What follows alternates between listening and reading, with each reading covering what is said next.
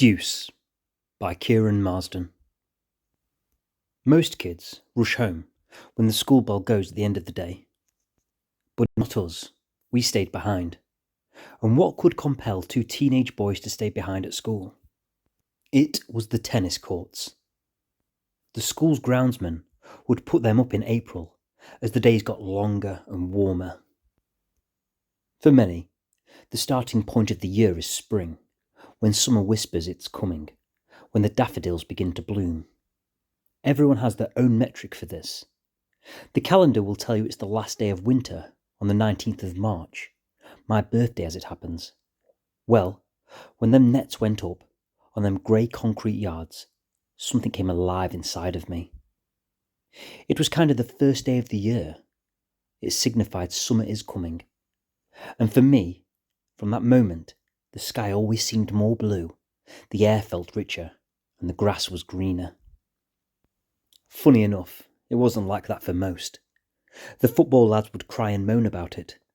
The guys who liked tennis get grey tattered footballs aimed at their head for that first day. But they would normally migrate south, the football players, to the open playing fields where they could play. Don't get me wrong, listener, I love a game of footy, but when the tennis nets were up, well, I think it'd be silly not to take advantage of them. Well, me and my mate Jay were there on the silent schoolyard. Nobody else but us, on centre court, as there were 3 courts on each yard, and obviously we picked centre. Fresh yellow tennis balls went up into that late April sky on a surprisingly hot afternoon. 15 love, 15 all, deuce, aces and all that. I'm sure it all happened. But you aren't here to hear about a tennis match that happened 20 years ago between 2 teenagers. It was what happened after that will interest us today. So, we were packing away, tennis rackets back in cases, balls back in bags, and heading to the main entrance of the school. We hadn't seen a soul since 3:30 p.m. Pupils weren't allowed to walk out the main entrance. See, there wasn't a path. It was just for cars, a road, in and out. But if the invisible man turns up to a party, who cares, right? Or maybe a better analogy would be, if a tree falls in a woods and there's nobody there to hear it, does it make a sound? What I'm trying to say is, no teachers, no pupils, no cars. Just us. So, who cared if we walked out the main entrance, right? I was probably congratulating Jay on his victory. Can't be certain he won, but I kind of remember he did mostly. Potentially it was a Friday, and we would have been discussing what we were going to do over the weekend. We were as thick as thieves, probably planning on playing tennis as we nonchalantly headed towards the main gate. A few yards from there, we heard the acceleration of a car engine. It braked hard, right beside us, and slowly the window to the driver's seat came down. There, with sunglasses on, was Mr. Connors, my maths teacher. "What do you think you're doing?" "What?" "You know not to use the main gate." "You know that? Go and use the side entrance," he said. "Yeah, okay," I said, just looking at him. "Well, go on then." "Yeah, absolutely, sir," I said, standing there smiling. Just over my shoulder I saw Jay walking away, but then he stopped when he saw I wasn't moving. "Well, go on then," said Connors, gripping the steering wheel more tightly. "Absolutely, sir," I said, just standing there, smiling even more. And that's when Jay cottoned on to what was going on. He could barely contain his grin. Connor's shades came down, and he smiled himself. "I can wait here all day, lads," he said. "That's great, sir. That's great," I said, smiling. And so it began, the standoff. He turned off his car engine, and me and Jay just stood there. As the day got longer, the sun seemed to get hotter, and nobody said a word for 10 minutes.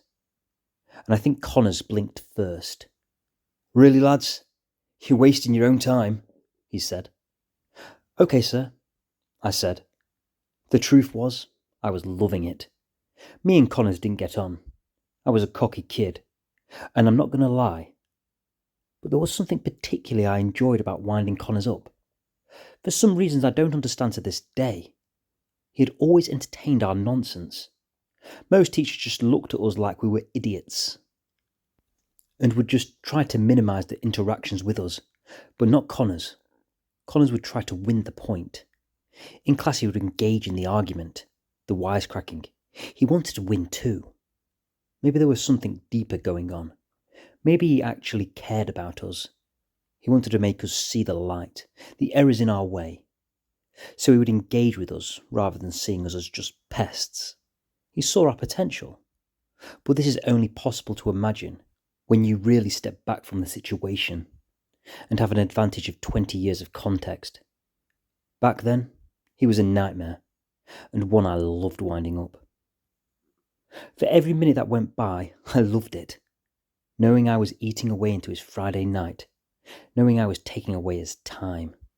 Why, I don't know.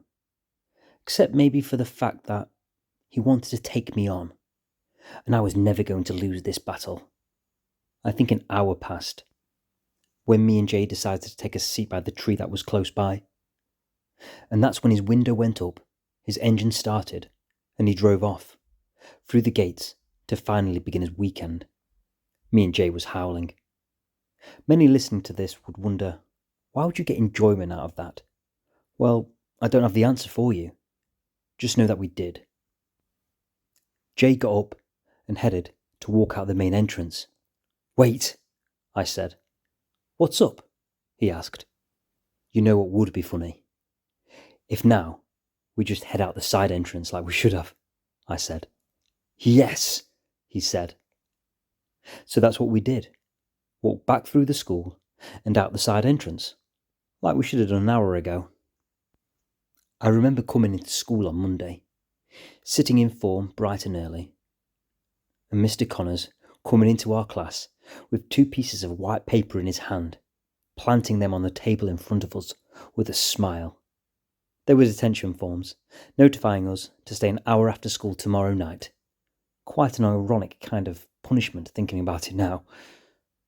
Don't think so, sir. For what exactly? I said. You know. Heading out the main entrance, so don't even try it, said Connors. We didn't head out the main entrance, sir. We headed out the side entrance. Rubbish, he said. It's true, sir. Check the cameras, I said with that smile. I felt probably gave him nightmares. The smile was wiped from his face as he looked at both me and Jay. He could probably tell 2 things from the severity of our conviction, the smugness of our smiles, and just the kind of kids we were. He grabbed the pieces of paper and stormed out the classroom. I don't know if he ever checked the cameras, but he never mentioned the incident again to us. Before this little story finishes, I want to say one thing about Connors. While I was at school, I felt he was the teacher who despised me the most. But when I went back to school for some work experience I had to do for a college course, he was the only teacher that came up to me and shook my hand and asked how I was getting on. After an egg throwing incident on the last day of school, the school used that as justification to get rid of me from the work experience, and after a phone call I was told not to come back the next day. But yeah, Connors shook my hand. I respected him after that. And maybe though we didn't see eye to eye as student and teacher, we did as people, and I believe, looking back, as a man, he would have been one of the only teachers I could have been friends with in another life.